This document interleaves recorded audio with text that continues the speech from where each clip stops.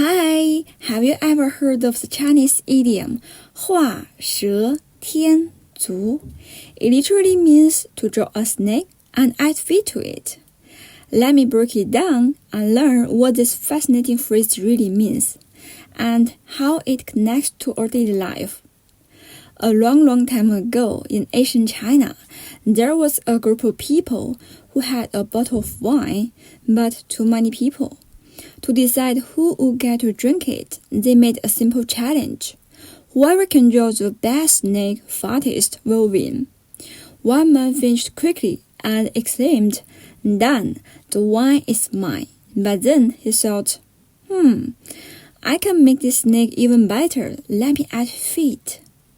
He started drawing feet on his snake, but while he was doing that, another person finished their simple snake and claimed the wine. "Snakes don't have feet," the second person said. "This isn't even a snake anymore." And so, the first one lost the wine by overcomplicating something simple. So, what does 画蛇添足 mean? 画 means drawing, 蛇 means snake, and in this character, the left part means insects. 添 means add, 足 means feet.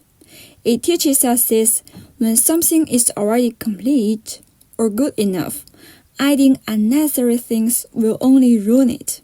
For example, when you are cooking and keep adding ingredients to a dish that's already perfect, only to ruin the flavor. It's a reminder to keep things simple and effective.